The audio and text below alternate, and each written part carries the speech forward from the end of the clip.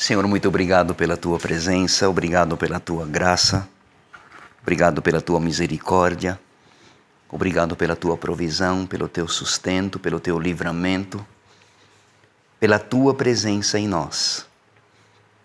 Obrigado, Pai, porque nos deste este tesouro que é a Tua palavra. E mediante o Teu fluir e a Tua unção, Espírito Santo, em nossos corpos, nos capacita a sentirmos fome e sede renovados a cada dia. E que possamos, mediante o Teu fluir e a Tua unção, garimpar, cavar, nos alimentarmos da Tua palavra, saciarmos a nossa fome, para que as lutas diárias, as batalhas diárias, sejam superadas, sejam vencidas com muito maior facilidade. Ensina-nos, Espírito Santo, instrui-nos e nos capacita a aprendermos e a sermos obedientes àquilo que Tu falares. Pedimos em nome de Jesus. Amém. Como estão os 12 profetas? Estão aí? Estão na Bíblia? Tá certo, tá certo. Lembra da sugestão que a gente deu, né? De fazer de 2 em 2 fica bem mais fácil, né? Beleza?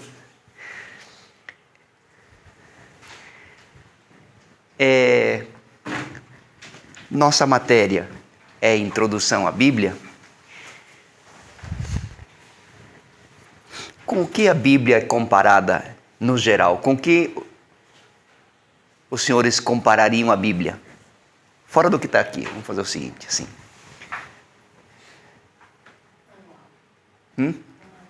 Manual. Que mais?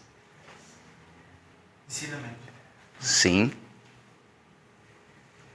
Manual do proprietário, né? Lembra do propósito, uma vida com propósito dos 40 dias, né? Deus não cria sucata, Deus não fabrica gente em série, faz uma produção em série. O bater do teu coração é único diante de Deus. E eu consigo imaginar, claro, isso na minha total incoerência e leiguice, Deus sentado no seu trono. E às vezes, porque a Bíblia diz que Ele está cercado de miríades e miríades e miríades de anjos que o estão adorando. É uma adoração constante, um engrandecimento constante. E não só anjos fazem isso. As estrelas fazem isso. As estrelas emitem sons. Acho que eu já falei aqui para vocês. Já passaram embaixo daquela rede de alta tensão, aquelas torres de metal que tem espalhadas por aí na região? Vocês já pararam próximo uma torre daquelas para ver o barulho? O zunido? Aquilo lá é uma parte de energia. Comparado a uma energia que uma estrela tem, é uma energia. Você podia colocar a mão naquilo lá sem sentir nenhuma cócega. Porque as estrelas são muito mais energizadas. E as estrelas emitem sons. E esses sons fazem parte da orquestra celestial. Lembra quando diz o Salmo 128, ou então outros salmos também, ou então Isaías 40? Ele espalhou as estrelas, cada uma no seu devido lugar, e a chama cada uma pelo nome.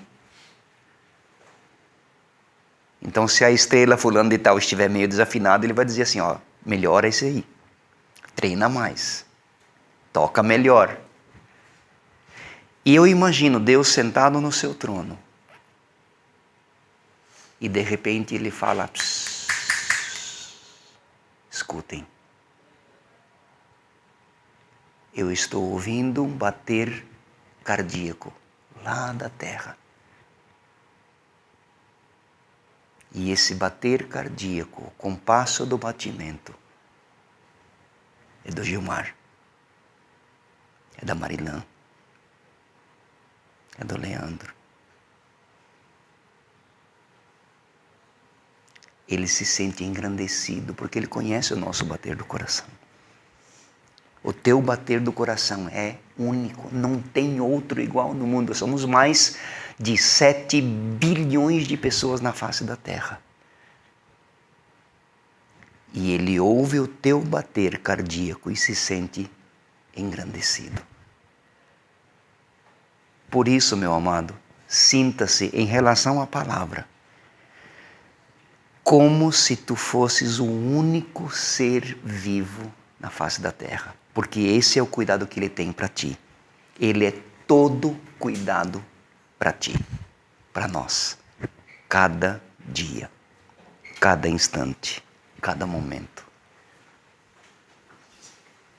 Amém? Então vamos lá para a Bíblia. Muitas vezes ela é comparada com maná. Maná é o pão do céu. Deus fazia na sua panificadora o pãozinho para cada manhã, para o povo de Israel. Mais de 3 milhões de pessoas eram alimentados cada manhã. Só que eles tinham que fazer alguma coisa. Eles tinham que levantar cedo antes do sol aparecer para recolher aquele maná. Então a Bíblia é comparada com o maná, com o pão. Jesus Cristo disse: eu sou o pão da vida. Já falei isso em outras aulas. Por que pão? Alimento, sim. Por quê? Seu nome? Fabiano. Fabiano. Come pão de manhã? Meio-dia? Uma torradinha junto com uma feijoada? Ou um costelão? Janta? Tenta trocar o pão. Quantos anos o senhor tem? Desculpa a pergunta. Tenho 43. 43. Não parece, né? Mas, em relação aos 43 anos, quantos anos desses 43 o senhor come pão? 41. Tenta trocar o pão por um sorvete. Por uma pizza. Talvez uma semana. Ou um costelão de fogo de chão, né? Na hora do pão, pega um pedaço daquela carne. Uma semana até que vai. Mas depois você sente falta do pão. Por que pão Jesus Cristo é comparado ao pão? Porque não é enjoativo. Você se alimenta de pão a vida inteira. Repete a alimentação várias vezes ao dia. Você pode consumir pão. Não é enjoativo. Por isso que ele fala. Você pode enjoar do presunto ou de algum outro. Exatamente. Do complemento você enjoa, mas do da base não. E do que o pão é feito? Trigo. Mas o trigo, para virar pão, tem que fazer o quê? Não, antes. Moer. Aqui, ó. Esses eram os moinhos de antigamente. Eram puxados por animais, né? Colocava-se um eixo aqui, e aquilo é preso no centro, e o trigo era jogado aqui em cima, e esse aqui era um pouco côncavo assim, e ela escorria, e um dos lugares lá era vazado para ele escorrer para fora.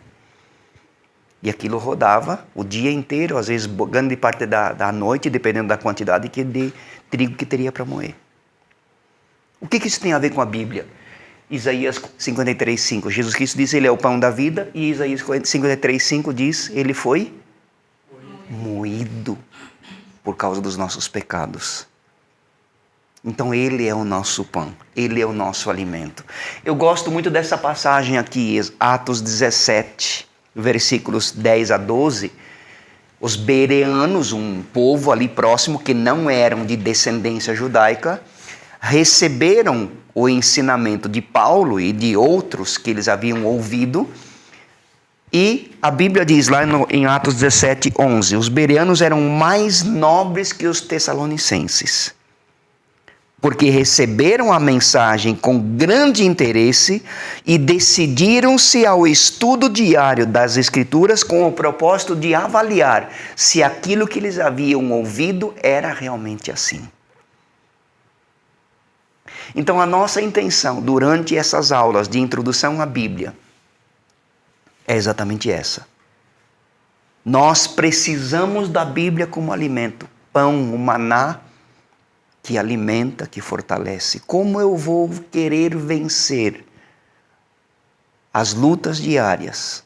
Como eu vou poder resistir ao diabo se eu não estiver bem alimentado? Lembra da tentação de Jesus Cristo no deserto? Quando o diabo oferecia uma coisa, o que Jesus Cristo dizia? Está escrito. Não só de pão viverá o homem, mas de toda palavra que procede assim por diante. Está escrito. Então eu tenho que estar preparado para o meu dia a dia, no meu local de trabalho, ali onde eu funciono, independentemente do que eu faço. Não sei se o seu Valdir ainda faz isso, mas se ele está lá como construtor, como encarregado de uma obra, mostrando como se assenta um tijolo, naquele assentar daquele tijolo, ele pode estar lembrando daquilo que a palavra ensina, aquilo que a palavra instrui, aquilo que a palavra exorta. Tá bem? De que horas do dia eu medito na palavra? Qual é o meu momento onde, como Jesus Cristo ensinou lá em Mateus capítulo 6, e você entra no teu quarto, fecha a porta e em silêncio medita, pesquisa, te alimenta. Que horas do dia eu tenho feito isso? Não existe uma hora própria para isso, tem que ser tal horário. Eu prefiro pegar o exemplo do maná do Antigo Testamento, lá em Êxodo capítulo 16, de que eles tinham que recolher o maná antes do sol nascer. Porque quando o sol aparecia, aquilo desaparecia, ele dissolvia. Certo? Eu não posso me alimentar hoje para amanhã não fazê-lo. O povo de Israel tinha que recolher cada manhã. Porque se o Neri queria dar uma de esperto e pegar uma bacia maior numa certa manhã dessa para não levantar tão cedo no outro dia, né? Acontecia o quê?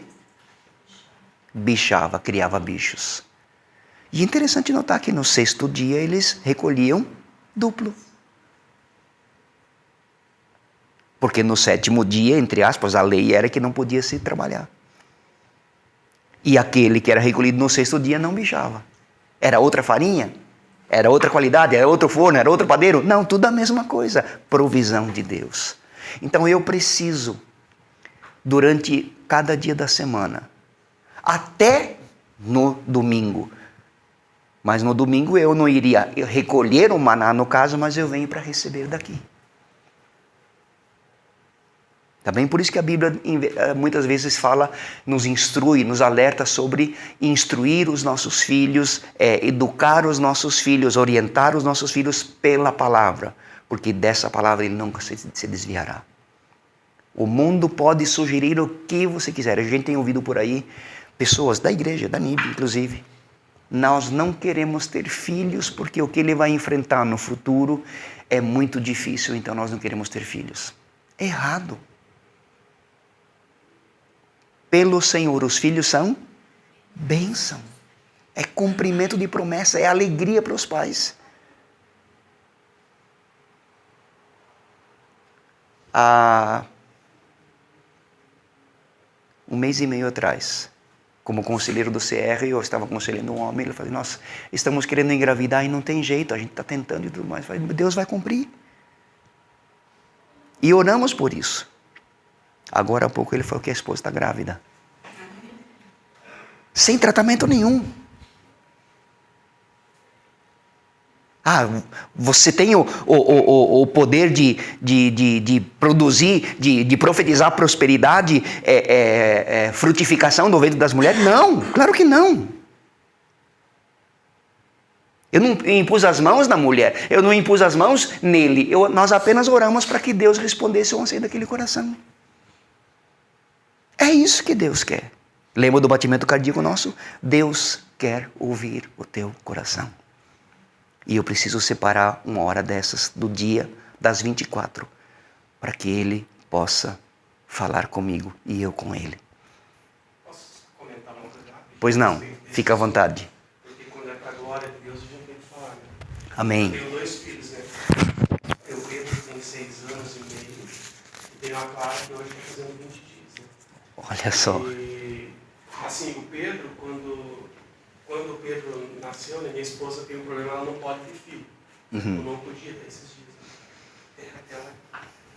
Aí a gente fez 2 inseminações, não deram certo. A médica falou assim, olha, não adianta, vocês vão gastar dinheiro, o caso de vocês é muito grave, é só fertilização. Na época nós fizemos a fertilização, né, e pela idade que minha esposa tinha na época, eram colocados de 2 em 2 embriões. Né? Certo, às vezes certo. é 3, às vezes é 4, cada vez mais. Né? E quando foi colocado 2, né, um que é o Pedro, está hoje aí, o outro não deu certo. E sobraram mais 2 inseminações, 2 fertilizações, mais 2 vezes. Né? Então isso nasceu em 2013, em 2015 a gente fez de novo, não deu certo. Em 2016, 2015 a gente fez de novo. 2015 a gente fez, 2017 a gente fez, não deu certo. Acabou, entendeu? A munição que a gente tinha, que ficou congelada, certo. Certo. Acabou, não tinha mais. Aí minha esposa, porque a mulher ela é um pouco mais sensível para essas coisas do que o homem. Com certeza. Lógico que eu senti, são filhos, porque eles estão fecundados, né? Não é um... Né? Então, daí ela veio conversar, falou, mas por que Deus, deu 6 se ele só queria uma, tal. Eu falei, eu não sei, eu vou buscar a resposta, eu vou orar e Deus vai dar. Aí Deus me falou o seguinte, ele falou assim, olha, muitas vezes as pessoas dão a glória para a medicina, ou dão a glória para outras coisas. Então, assim, Deus usou toda aquela circunstância, de 6 ele deu 1 para nós.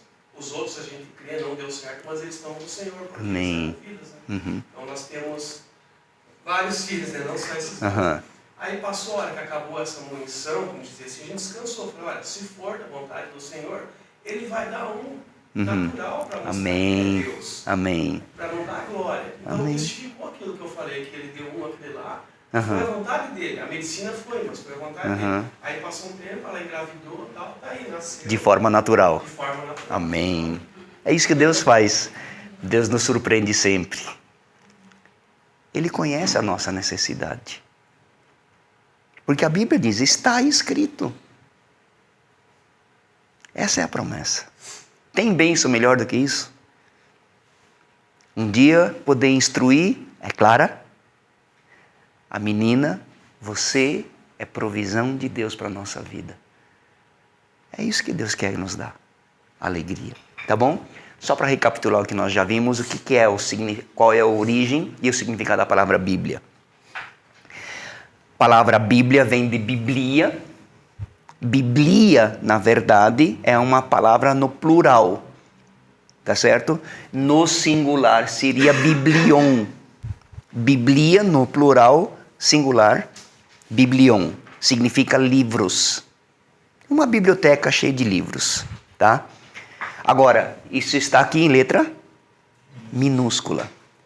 Quando eu escrevo Bíblia, não Biblia, tá? Quando eu escrevo Bíblia com letra maiúscula, significa livro sagrado.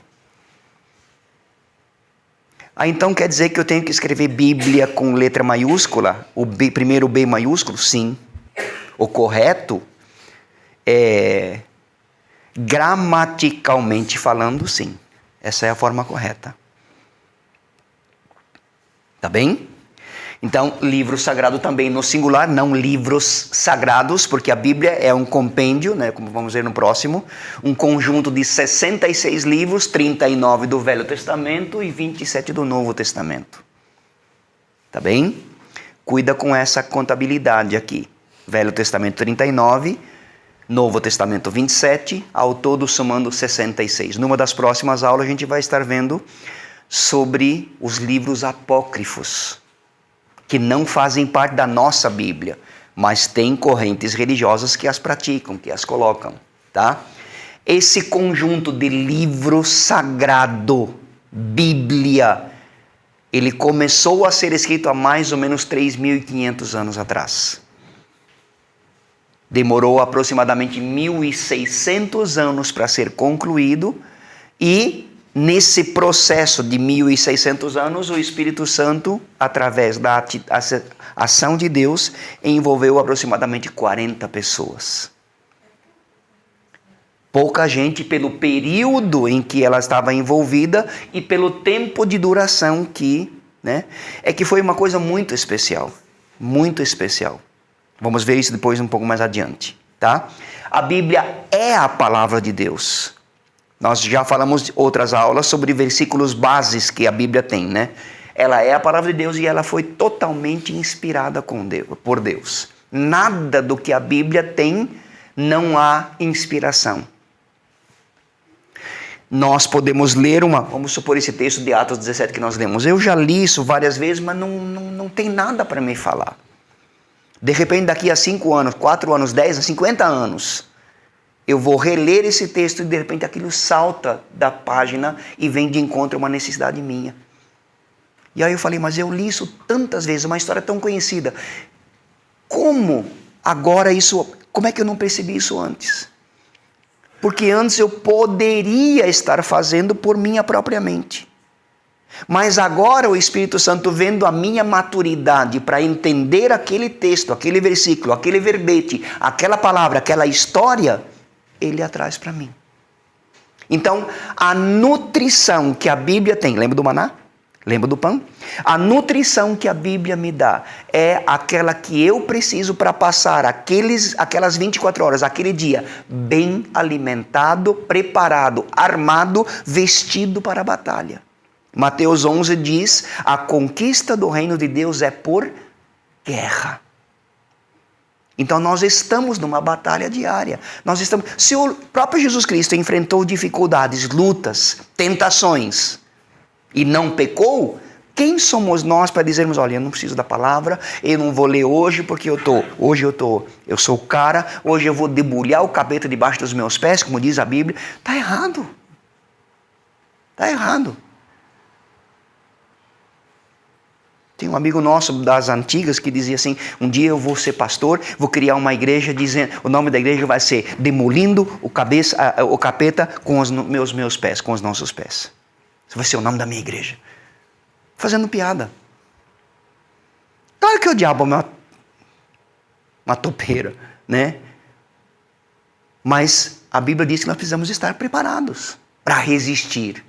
Mas primeiro, para resistir ao diabo, eu tenho que estar sujeitado à vontade de Deus, à palavra de Deus. Eu tenho que estar armado, eu tenho que saber me defender. Sujeitai-vos, pois, a Deus, e sim, resistir ao diabo e ele fugirá de vós. Agora, provocar o inimigo? Melhor não. Né? Os meninos, vamos chamar de meninos, né? Os guri, já jogaram uma pedra num vespeiro, né? Com certeza. Teve muitos acompanhantes aquele dia. Vai provocar o inimigo. De repente sobra um ferrão para você, né? Pastor, só um comentário a respeito da palavra que você às vezes vê. A gente que faz a leitura do livro da ON, a gente tem essa experiência. Uhum. Vamos dizer assim, aquele ano que você lê, aí no outro ano você vai ler novamente, você passa falando, não, mas espera aí, eu vi o ano passado isso aqui. Verdade.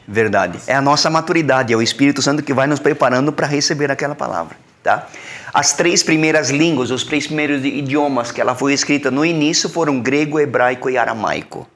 Tá? E essa palavra escrita, que começou a ser escrita há mais de 3.500 anos atrás, que levou 1.600 anos, que envolveu 40 pessoas aproximadamente, ela chegou até nós com cópias precisas. A última ideia, o último exemplo foi em 1947, que nós mostramos na aula passada para vocês. As cópias, os manuscritos encontrados na região do Mar Morto. Tá? Mais de 1.900 anos depois de Cristo, né? Essas cópias chegam a nós, e aquilo que foi achado nesse ano aqui, 1.900 anos depois de Cristo, confirma a exatidão do que Jesus Cristo disse. Quer dizer, não anula. Essas cópias que foram encontradas, algumas delas foram escritas há mais de 2.000 anos antes de Cristo. E elas confirmam. Outras, o livro, um rolo que era de Isaías. Ele confirma exatamente o que a nossa Bíblia diz a respeito de Isaías, o que o livro de Isaías diz aqui.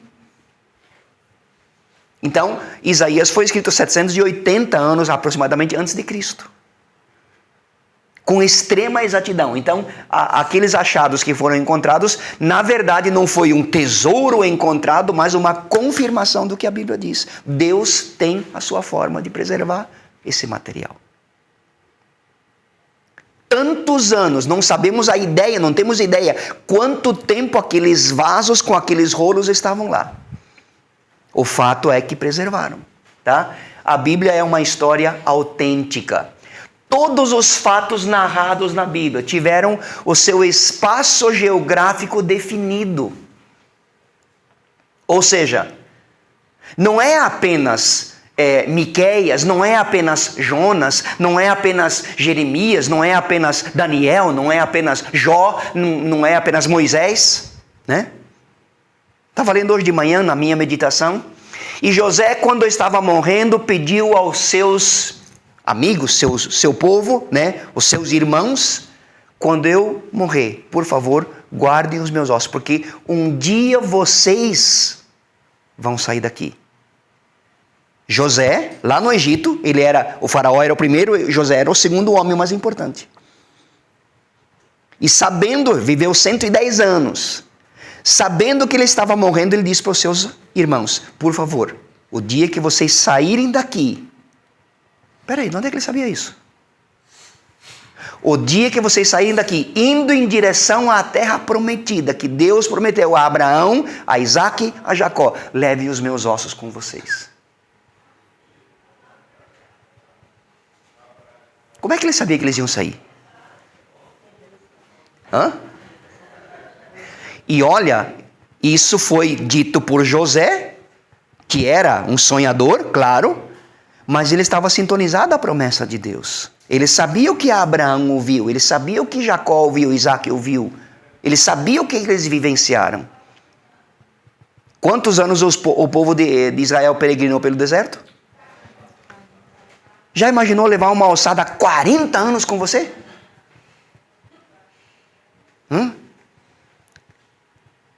E aí lá em Josué diz, Josué sepultou os ossos de José no campo que Jacó, seu pai, havia comprado, adquirido, lá na terra prometida.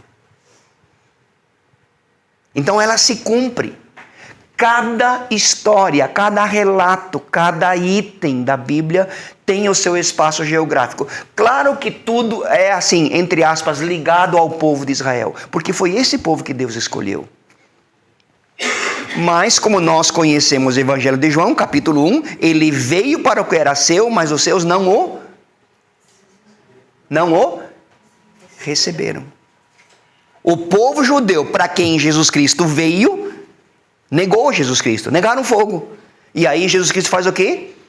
Deixa o povo judeu, continua alertando, continua instruindo, continua chamando atenção, mas ele diz que os gentios são dignos de salvação. E aí ele começa a usar Pedro, que era Pedro, né? Bom de espada e bom de cortar a orelha, né? Ele diz para Pedro se voltar para o povo judeu, para o povo gentil. E Pedro diz o quê? De forma nenhuma. Eu sou judeu, nasci numa família judaica, e eu não me misturo com essa gentalha.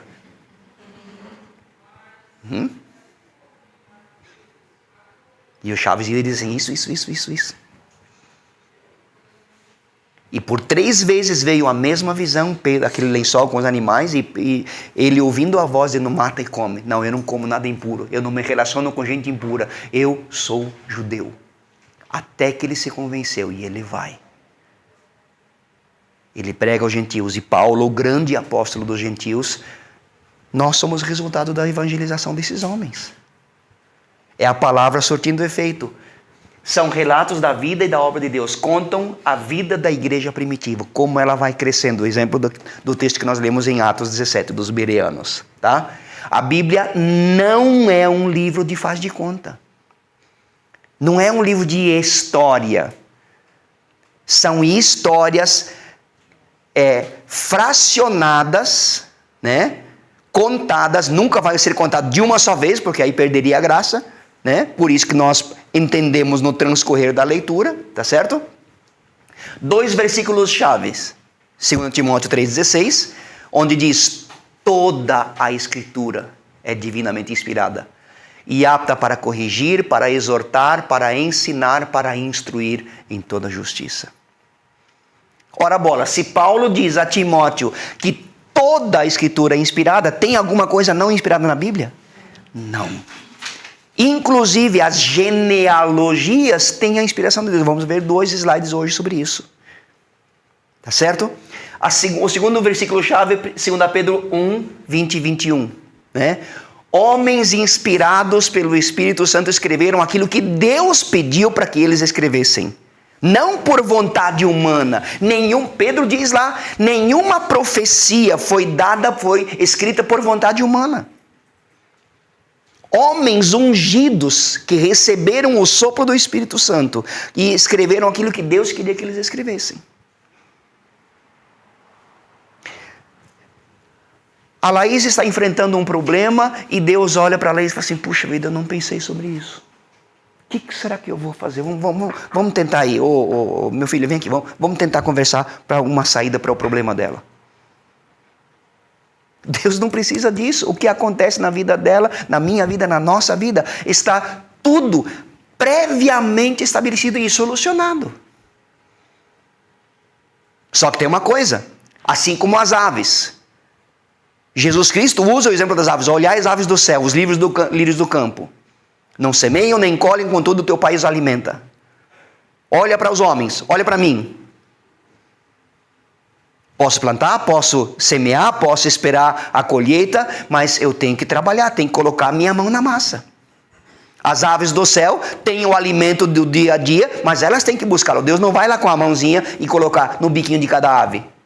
Não, elas vão se esforçar. Ora, se a ave quer asas, os animais são animais, vão procurar o seu alimento diário, quem somos nós para não fazê-lo? Através da palavra. Tá bem? Capítulos e versículos, já falamos sobre isso na aula passada também. A divisão em capítulos foi em 1250, claro, depois de Cristo, pelo cardeal Hugo de Santo Caro, um monge dominicano. Ele faz a divisão. Antigamente era só um rolo onde não tinha diferença de capítulos e versículos. Era só uma descrição. Difícil isso. Então teria que pegar rolo tal, número tal, letra tal, para poder então perceber.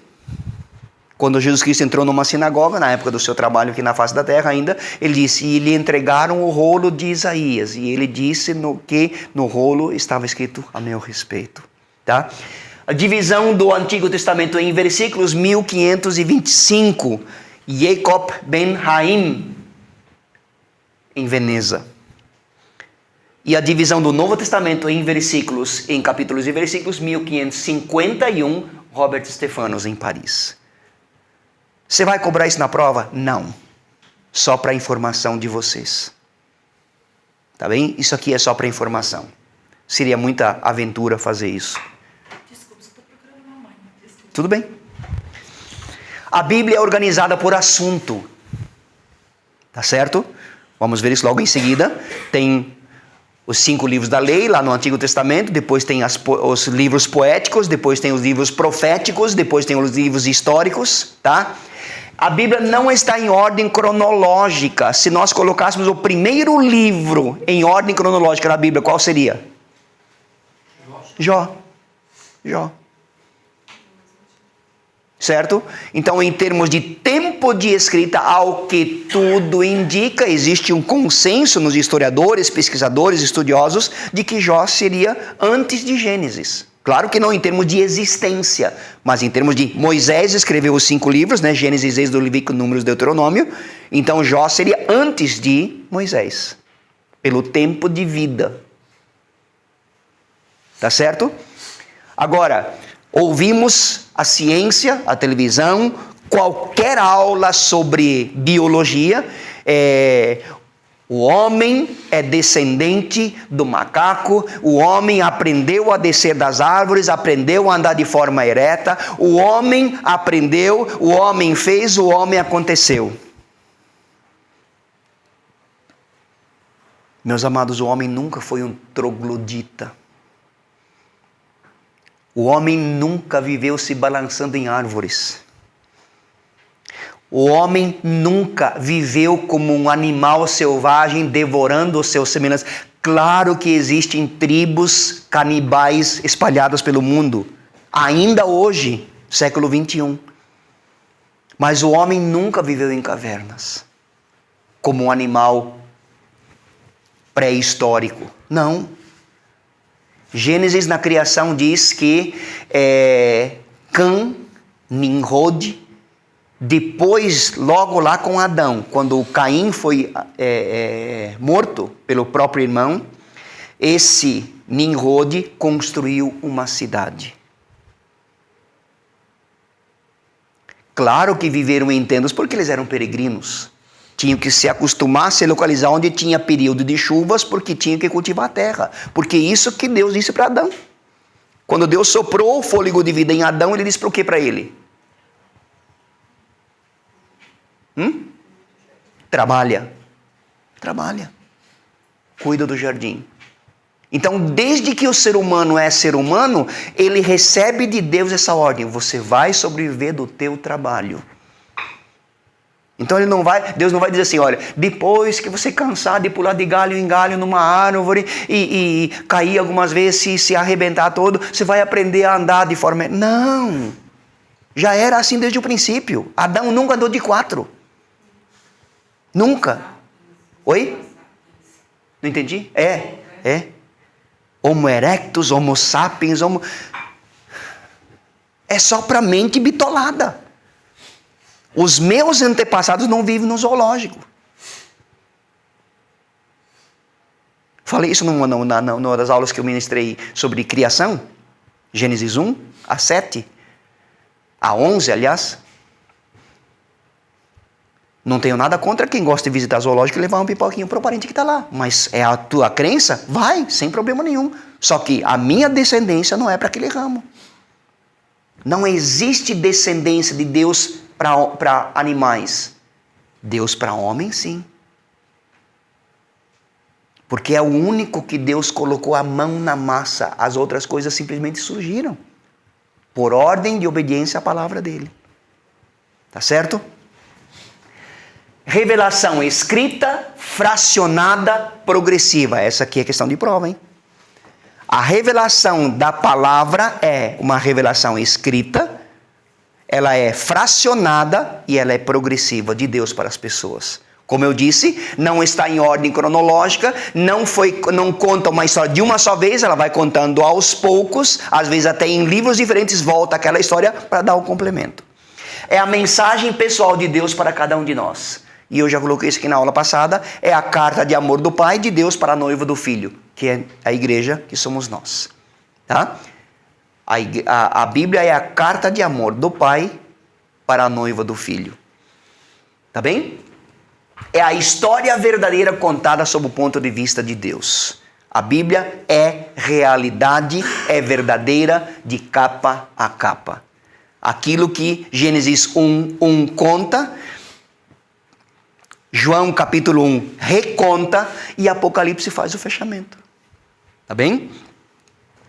Como eu disse, Deus nunca revelou as coisas de tudo de uma só vez, mas faz de forma fracionada e de forma progressiva. Tá? Repito, pense nisso para a prova também. Tá? Sessões da Bíblia, que é o título da aula de hoje. Tá? A Bíblia, a história, né, dividida em sessões. Lembra que são 8 sessões, 4 do Velho Testamento, 4 do Novo Testamento. Tudo bem? A Bíblia divide-se em 8 sessões. 4 do Velho, 4 do Novo. Quais as 4 do Velho Testamento? Primeiro, a lei. Segundo, a poesia. Terceiro, história. Quarto, a profecia. Tá? Então, primeiro vem a lei, Gênesis, Êxodo, Levítico e Números. Depois, a poesia, os 5 livros poéticos, né? Jó, Salmos, Provérbios, Eclesiastes e Cantares. A história, os 12 livros históricos, né? E os proféticos. Quem já fez profetas maiores e menores comigo, eu comecei profetas maiores com Samuel, que está aqui, né? Samuel foi o primeiro profeta oficialmente estabelecido por Deus, por isso que eu coloquei nos profetas, tá certo? Depois de Samuel eu coloquei Elias e Eliseu. E aí eu falei sobre Isaías, Jeremias, Lamentações, Ezequiel, Daniel. São os profetas maiores. E aqui os profetas menores, que foi lição para vocês nesse final de semana passada. Tá bem? Beleza? Então essa é a relação das sessões do Velho Testamento. 4 sessões do Velho Testamento e também 4 na sequência do Novo Testamento. Está aqui. Mais fácil, claro que a gente está mais acostumado com o Novo Testamento, né? Evangelhos, os 4. Atos dos Apóstolos é o livro histórico, é o único livro histórico do Novo Testamento. As epístolas, ao todo, são 21 epístolas. Lembra que são 21 epístolas, mas nem todas são de Paulo. Exemplo, Tiago. Ele escreveu a sua carta após Hebreus. Hebreus, não tem uma definição quem escreveu. Para mim, eu acho que foi Paulo, mas eu não posso afirmar isso categoricamente. Pedro, o próprio apóstolo Pedro escreveu algumas cartas, né? João, 3 cartas. Judas, certo? Então, ao todo, são 21 cartas, 21 epístolas. E o livro de profecia do Novo Testamento, Apocalipse. Tá bem? Esse mesmo Deus que lá no Antigo Testamento diz lá, no princípio, a terra era sem forma vazia, criou Deus os céus e a terra era sem forma vazia. Em João diz que tudo foi criado pela palavra dele, nada do que foi feito se fez, sem a palavra dele, sem a ação dele. Em Apocalipse diz que tudo foi formado por ele e nós aguardamos o nosso cordeiro, né? Que não virá como cordeiro, mas sim como leão. Como leão. Ele veio como um baby, nasceu num ventre que ele mesmo criou, Maria, de um corpo que ele mesmo formou, viveu numa terra que ele mesmo trouxe à existência, deu topada em pedras que ele colocou lá, deixou a unha do dedão meio arregaçada, né? Depois morreu e voltará como leão, tido como, entre aspas, o rei dos animais. Sobre as sessões da Bíblia ainda, Antigo Testamento, então aqui estão de forma mais clara, né? Jesus virá, lema do Antigo Testamento. Tudo no Antigo Testamento, desde Gênesis 1:1, alerta para Jesus Cristo. Lembra o que Deus disse para Abraão? E tu terás um filho. E aí, fazendo uma emenda do que o Fabiano disse, naquela época não tinha essa tecnologia, não tinha inseminação nem nada. Abraão, com 90 anos, faz o quê? Sara faz o quê? Dá risada. Aliás, com 75 anos ele, com 65 anos ela, Deus faz a promessa, você vai ter um filho. E esse filho não vai ser o Salvador, mas vai ser o transporte da semente divina até que do ventre de Maria nasça Jesus Cristo. Então tudo aponta para Jesus Cristo. Nada do que a Bíblia faz pode excluir Jesus Cristo. Nada do que a Bíblia diz exclui Jesus Cristo. Ele está presente em toda a história. Isso já vem desde a época da criação. Tudo bem? Velho e Novo Testamento se completam, né? Velho Testamento diz o Salvador virá. Novo Testamento diz o Salvador veio, né? E voltará. É o que se completa, tá? E em toda a Bíblia, como acabamos de afirmar para vocês, Jesus Cristo é o tema central. Toda a Bíblia tem como tema central Jesus Cristo, tá? O Velho Testamento tem como base de ação, né? O poder, a majestade, a santidade, a soberania de Deus. E o Novo Testamento, o amor e a manifestação da pessoa de Deus por Jesus Cristo. Certo? Quando os discípulos perguntaram, mostra-nos o Pai, o que Jesus Cristo disse? Eu e o Pai somos um. Quem me vê a mim, vê o Pai. Então, meus amados, baseado nesse ensino de Jesus Cristo, eu quero ver Deus na minha vida, o que eu vou fazer? Para onde é que eu tenho que olhar? Para você. para o meu amado, para a minha amada, para o meu irmão. Porque Deus se manifesta através da tua vida. Deus, Ele se apresenta na tua vida. Se nós adoramos o mesmo Deus, temos a mesma fé, a mesma unção, Deus aparece na tua vida para mim. E muitas vezes Deus usa pessoas para falar conosco. Tá bem? Beleza?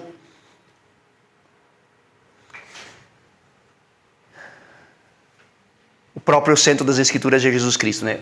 4 textos aqui, Mateus 5,17, Jesus Cristo dizendo, eu não vim para revogar a lei, mas para cumprir. Ah, mas ele anulou a lei. Não, ele cumpriu aquilo que a lei dizia.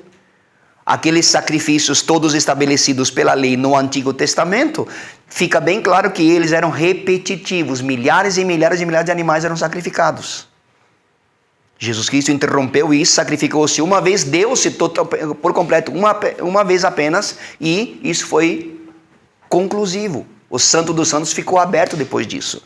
Lucas 24, 27, explicou-lhes o próprio Jesus Cristo que a seu respeito constava nas Escrituras. Quer dizer, ele é o cumprimento daquilo que a Bíblia diz.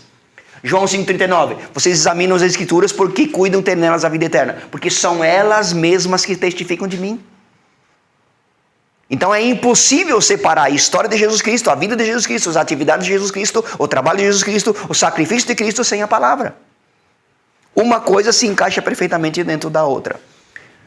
Isaías, né, Hebreus 10, 7 fala sobre Isaías, né, no rolo da lei, dos livros está escrito a meu respeito.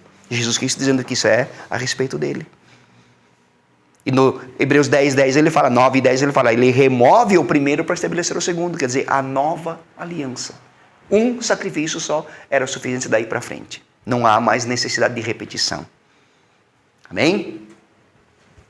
A Bíblia não só, cuida com isso daqui, não só é inspirada, mas ela também é inerrante. O que é isso? Não contém erros. A Bíblia não é apenas inspirada, ela é inerrante. Ela não apresenta erros. Ou seja, aquilo que a Bíblia diz é verdadeiro. E tudo que a Bíblia relata vai se cumprir. Grande parte, nós vamos ver depois nós não, né? A responsabilidade que pesa sobre mim, sobre a próxima bateria do CENIB, História da Igreja. Como as grandes nações simplesmente evaporaram, sumiram. E se você pega as grandes nações, como aconteceu, e olha isso à luz da Bíblia, pronto. Lembra de Daniel? A grande estátua da visão de Nabucodonosor? Ouro, prata, cobre, bronze, né? Ferro e barro. E diz Daniel, e eis que uma pedra se soltou da montanha e esmiuçou aquela estátua, simbolizando isso há mais de 700 anos antes de que isso acontecesse. Simbolizando a destruição daqueles reinos todos, por mais poderosos que fossem. E o último reino a ser destruído foi o Império Romano. De tão poderosos, não aconteceu uma invasão externa, foi de dentro para fora. Apodreceu de dentro para fora. E aí Daniel diz, essa pedra que se soltou da montanha significa Jesus Cristo, que estabeleceu, diz lá em Daniel, um reino que ninguém jamais conseguirá dominar e nunca será vencido por ninguém. Que reino é esse? A igreja. Amém?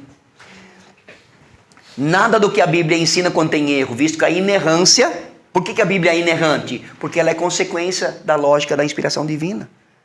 Se fosse inspiração humana, os livros apócrifos, por exemplo, que já mencionei hoje. Se nós olharmos um livro apócrifo, muita coisa do que eles profetizaram, do que eles diziam que era verdadeiro, não se cumpriu. E não se cumprirá. Porque é fruto da mente humana. Apesar das pessoas terem sido analisadas, estudadas, verificadas, interrogadas até, elas não tiveram uma inspiração soprada pelo Espírito Santo. É criação da mente humana, é uma fábula muito bem criada. Tá bem? Panorama geral do Velho Testamento. Começa com a eternidade, claro. Eu coloquei mais ou menos assim, isto. eternidade, antes de qualquer surgimento de tempo, Deus já era Deus. Antes que os tempos começassem, antes que o relógio começasse a fazer tic-tac, Deus já existia. Deus já estava lá. Então, antes de qualquer princípio de tempo, Deus já existia. Tá certo?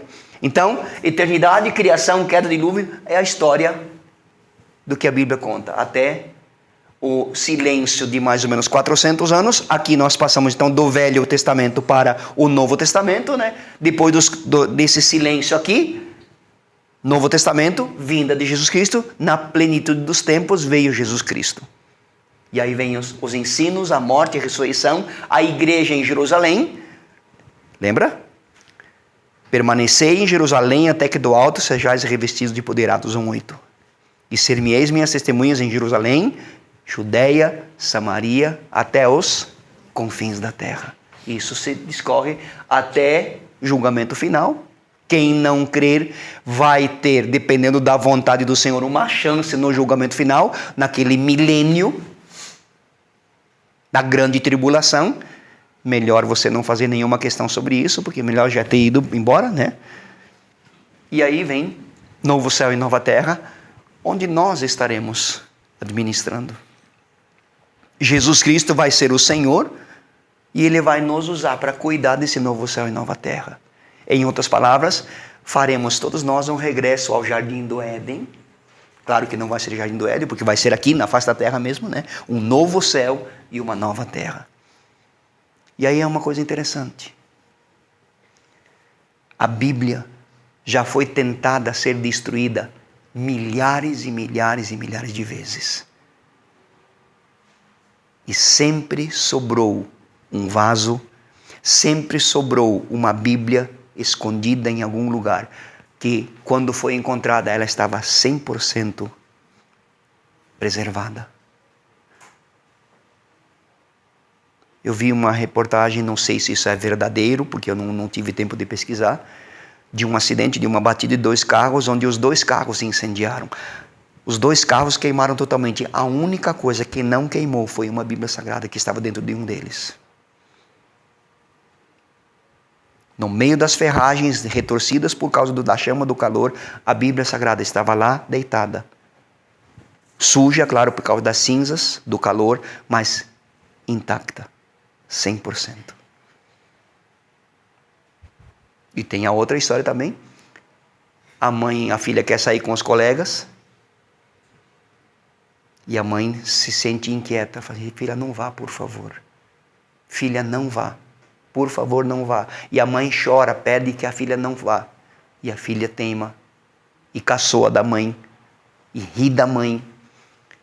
E quando ela está saindo, a mãe vai até a porta, vai até o portão e disse: eu declaro que os anjos do Senhor estejam acampados em volta do carro e dentro do carro de vocês.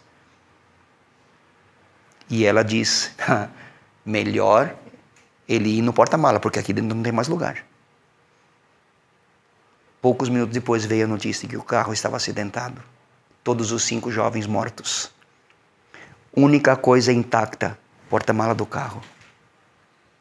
Tinha várias caixas de ovos naquela batida, naquele acidente. As caixas de ovos estavam todas inteiras, nenhum ovo quebrado. Vai brincar.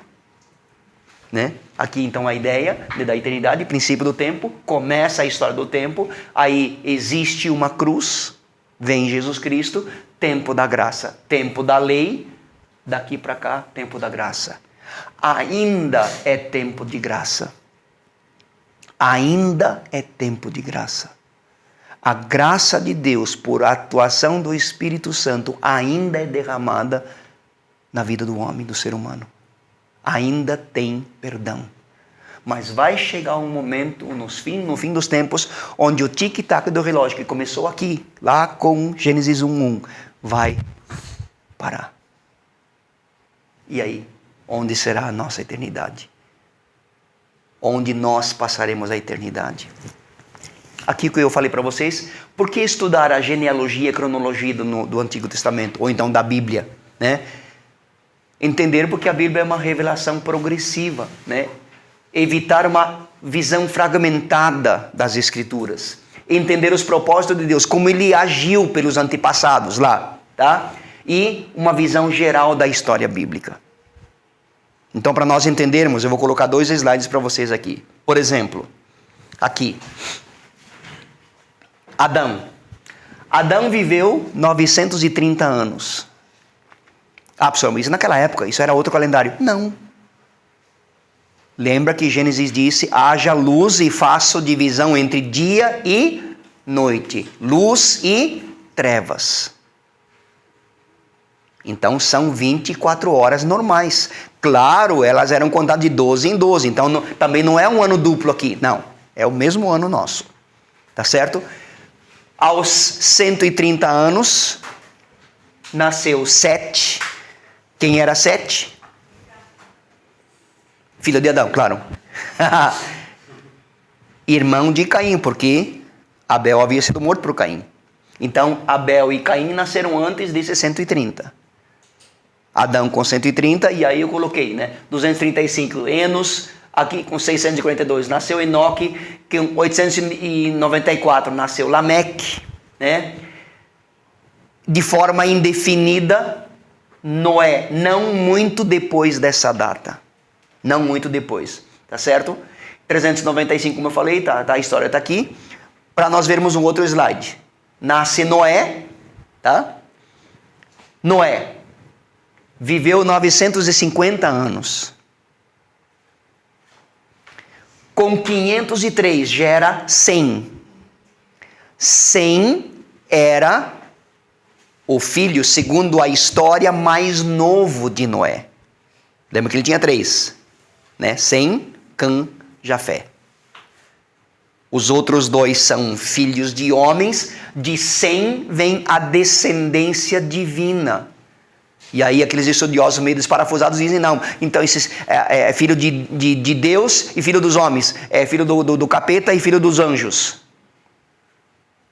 Isso é descabido, completamente fora da realidade. Porque Sem começa a adorar ao Senhor.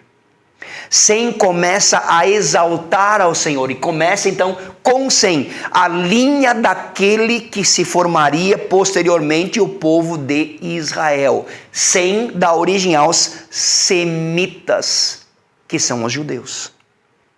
Já viu falar na Segunda Guerra Mundial do antissemitismo? É o anti-judaico que Hitler criou, querendo eliminar os judeus. Deus não deixou, porque é o povo do coração de Deus.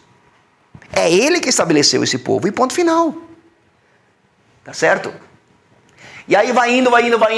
Com 893 anos, Noé gerou Abraão. Vovozinho já. Jovem ainda. Subia correndo montanha e descia escorregando do outro lado.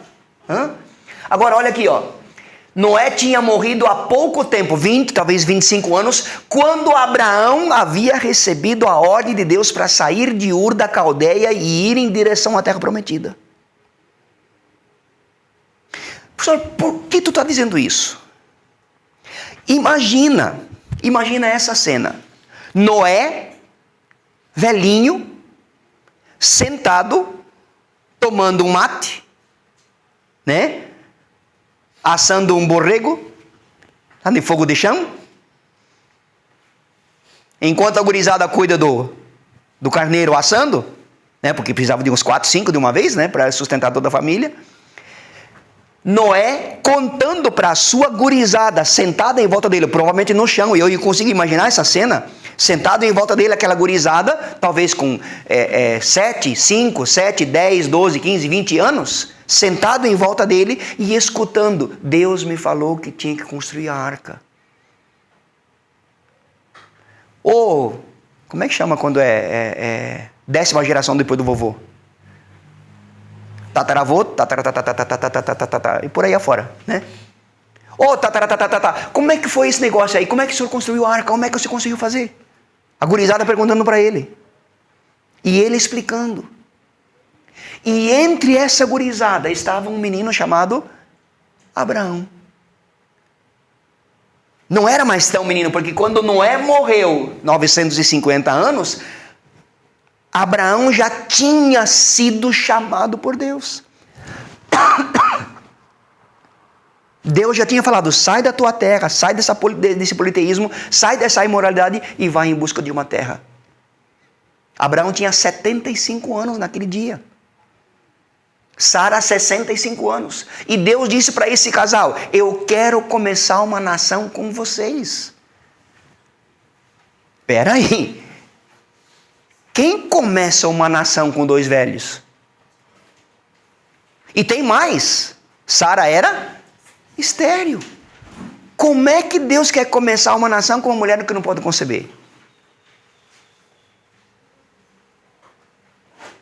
Mas ele disse, está aqui, ó. Nosso coração se aquece quando percebemos que Abraão ouviu a história do próprio dilúvio do seu antepassado Noé. Sem, filho de Noé, repetiu isso. Oh, quanto tempo vocês ficaram dentro da arca? Quantos dias? Quanto tempo? Quantos meses? E os animais? Como eram alimentados? Claro que eles não tinham comida para todos os animais. Oh, como é que você fez para reunir os animais? Como é que você correu atrás com um laço, com um cavalo, com aquele dragão que voa para laçar os animais para trazer eles para a arca? Como é que você fez? E Noé dizendo, ou Sem dizendo, Deus disse que os animais deveriam de 2 em 2 se aproximar e entrar na arca. Eles não precisaram caçar os animais.